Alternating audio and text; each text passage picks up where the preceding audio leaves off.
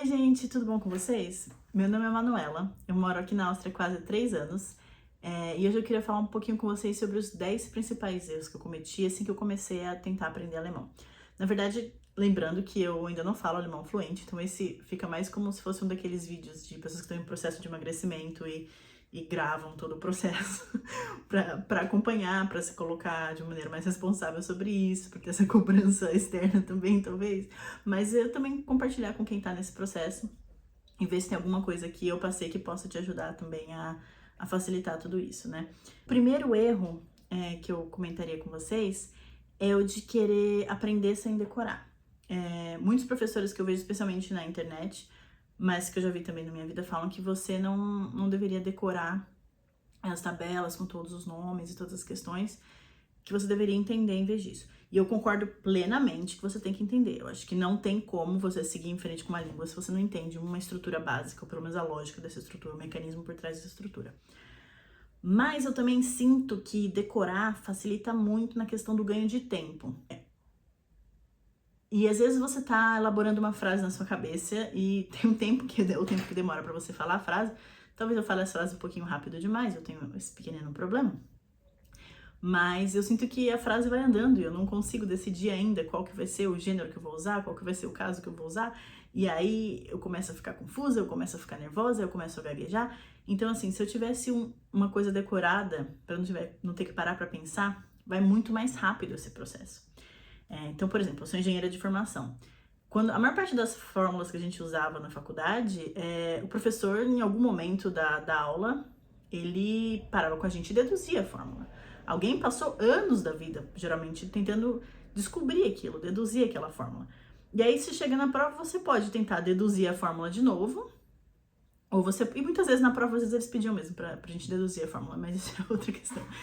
Ou você pode simplesmente, para resolver um exercício específico que pede a aplicação dessa fórmula, você pode só escrever a fórmula e seguir dali para frente. Nem sempre se pede a dedução total da fórmula. Porque vai mais rápido na aplicação do dia a dia. Você precisa entender, muito bem entendido uma vez, você não precisa fazer isso o tempo todo. Então, eu acho que usar a muleta de decorar ganha muito tempo. Claro que as duas coisas têm que estar em paralelo, mas decorar pode sim ajudar. O ponto 2 é querer fazer poucos exercícios. Então, por exemplo, tem um tal assunto, vamos supor que é acusativo versus dativo. E aí eu falo assim, não, vou fazer 10 exercícios e tá top. Não.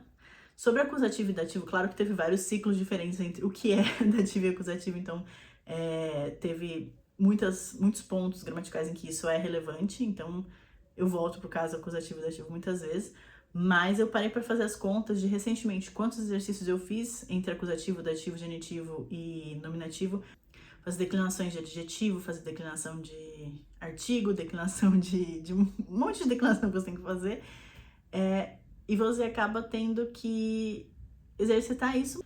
Então, decorar também muitas vezes vai ser feito através do exercício, da repetição. Eu parei para fazer as contas e eu fiz uma coisa entre 1.000 e 2.000 exercícios, acho que mais próximo de 2.000 do que de 1.000, na verdade. Só dessas questões gramaticais, principalmente de acusativo e dativo, claro que com diferentes declinações e tudo isso, mas exercitando esses casos em que essas questões eram relevantes. Então, achar que eu vou fazer 20 exercícios e tá top, não vai. Eu decorei, mas eu decorei através da exaustão, da repetição eterna, até aquilo entrar na minha alma. Não adiantava entrar na minha cabeça, tinha que entrar na minha alma mesmo. Tanto que a palavra decorar, né, que passa a ser do coração, né, decorar, mas enfim. O terceiro erro que eu cometi foi de não ter regularidade. Então eu achava que um dia eu vou fazer 200 exercícios e no outro dia eu vou fazer 0 e isso vai ser suficiente. Às vezes é melhor você fazer 50, 75 exercícios num dia e fazer isso a semana toda, do que achar que você vai fazer isso num dia só, aí você vai ter um burnout e não vai precisar mais estudar, mas na verdade o seu cérebro ele não absorve tudo de uma vez. Então, quanto mais exercícios eu fazia, tem uma hora que eu percebia que eu só errava as mesmas coisas e meu cérebro não conseguia entender o que eu tava fazendo de errado. Então, às vezes você dá um break, respirar, faz aquela pausa, relaxa, volta depois com a cabeça fresca. evita muito de ter um burnout mesmo. Eu teve uma época que eu tive um burnout do alemão, porque eu não queria mais estudar. E aí alguém vinha falar comigo na rua, eu ficava um pouco apavorada. E eu moro num país de língua alemã, como é que eu vou fazer? Então era melhor ter feito devagarinho, que nem um exercício físico. Às vezes quando você vai começar a fazer atividade física, você também faz assim, não, essa semana eu preciso perder 10 quilos.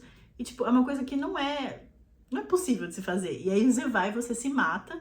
Aí no dia seguinte você tá tão machucado que você não consegue mais fazer exercício, porque seus músculos estão doendo.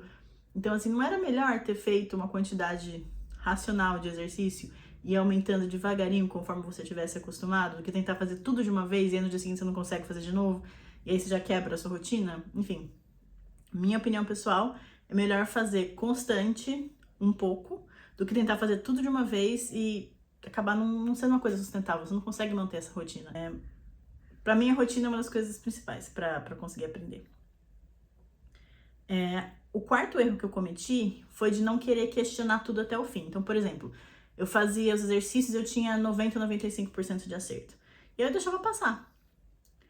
E aí, o que eu aprendi é que eu tinha que voltar. E aqueles 5%, 10% que eu errei? O que aconteceu? O que foi que eu errei? Onde é que eu me confundi? Porque às vezes é um detalhezinho, é só um verbo que você ficou um pouco confuso, ou alguma coisa que... uma coisa que você escreveu errado. E assim, claro, você tá tendo um desempenho ótimo, se parabenize, se congratule, vai comemorar.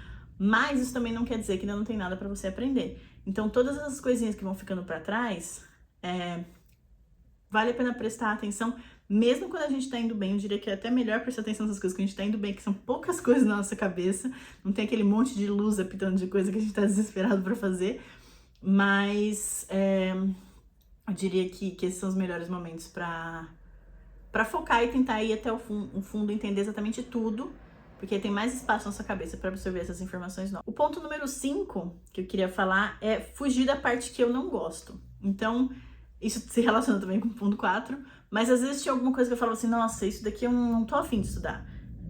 E aí eu ia evitando esse ponto, ia evitando esse ponto, ia evitando esse ponto, só que não dá para evitar a língua, porque você vai precisar de todas as estruturas uma hora ou outra. Claro que tem estruturas que são menos comuns, mas você fala assim, não, isso daí não se usa no dia a dia. Beleza, mas na hora que você vai escrever um texto, você não vai precisar dessa estrutura? Ou às vezes você fala, eu nunca vou usar isso, porque isso é uma coisa muito arcaica. Beleza, mas você vai ler essa estrutura. Não adianta fugir das coisas. Quando ela tá ali na nossa frente, implorando pra nossa atenção, é uma coisa que a gente tem que olhar, né? Quando eu comecei a falar mesmo, foi aí que eu percebi as principais coisas, e aí que é o melhor, pra mim, o melhor retorno do investimento do estudo, vamos dizer assim. Que quando eu ia falar exatamente as coisas que eu tinha mais dificuldade, não eram sempre a mesma coisa, mas era um grupo de coisas. Então, se eu focar justamente nas coisas que eu tenho dificuldade, é rapidinho que eu resolvo, pelo menos a maior parte dos meus problemas, eu começo a ganhar mais confiança pra falar. É justamente ir atrás do difícil, mas essa aqui é a parte que não é tão gostosa, assim. É muito mais gostoso estudar as coisas que a gente já tá confortável. O sexto ponto é um pouco controverso, mas é achar que só porque os nativos são nativos que eles vão ser bons pra falar a língua ou pra ensinar a língua, e não é necessariamente verdade.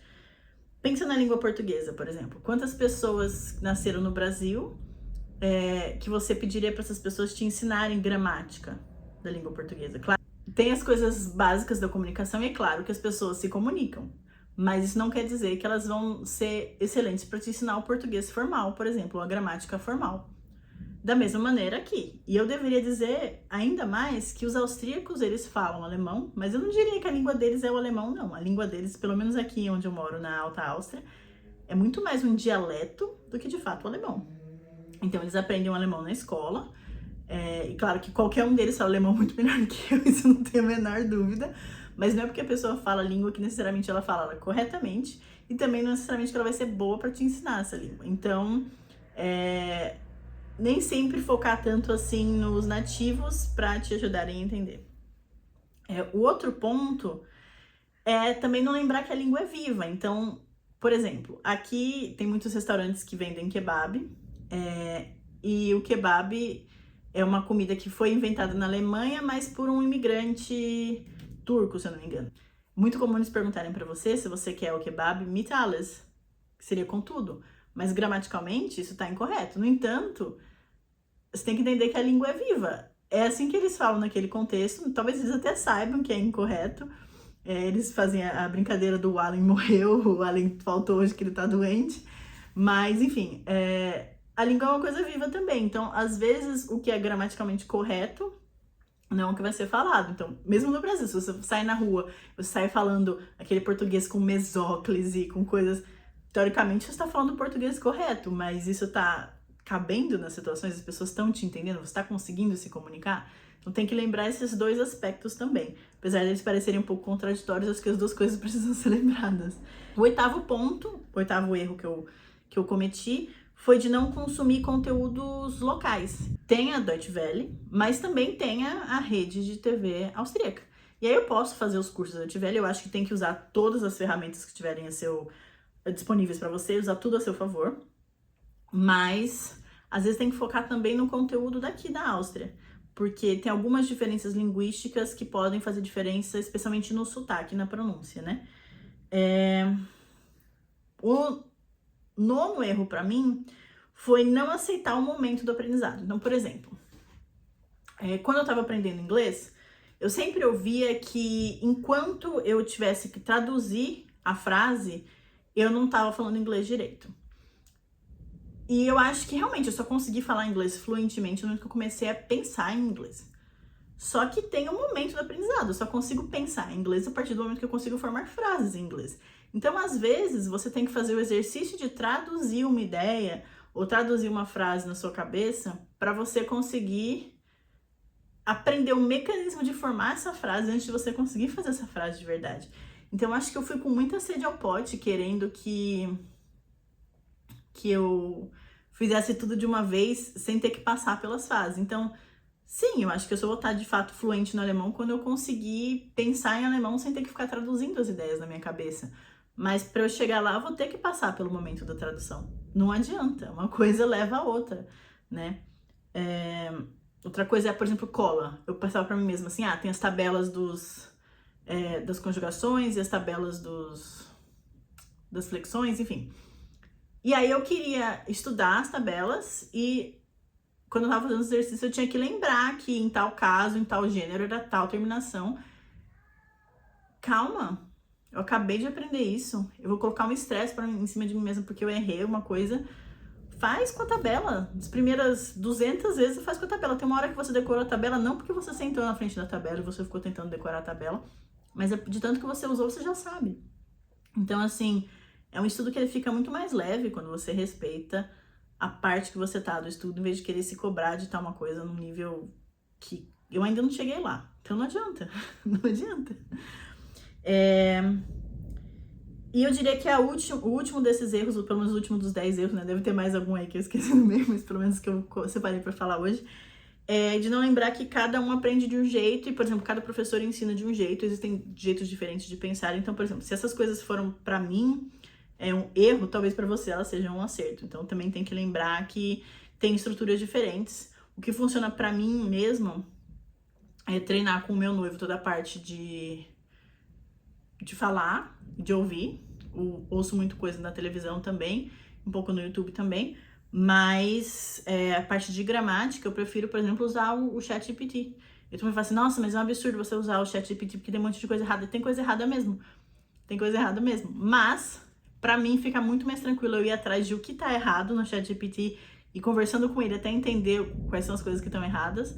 Ou talvez até eu esteja falando alguma coisa errada. Mas, que eu aprendi com o ChatGPT. Mas pra mim é melhor eu falar alguma coisa errada e falar do que eu ficar com vergonha porque tem uma outra pessoa do outro lado e eu me sinto julgada ou enfim.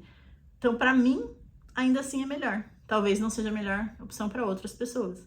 Mas eu só posso falar do que eu conheço, né? E eu só conheço a minha história. Então, nesse sentido, eu acho que é uma outra lição também. Que não é porque funcionou pra mim que vai funcionar pra você, e não é porque funcionou pra você que vai funcionar para outras pessoas. Então, a gente pode dizer e cada um absorve o que funciona pra si mesmo, né? Em geral, não sei se esse canal vai ser só sobre aprender alemão ou só sobre a Áustria, ou talvez tudo de um pouquinho. E se você não caiu aqui de paraquedas, não tem nada a ver com o alemão, não tem nada a ver com a Áustria, mas se você gostou, se esse vídeo te serviu para alguma coisa, considera ficar por aqui, quem sabe pode ter outras coisas interessantes para você também. Tá bom? Obrigada pela atenção e até a próxima!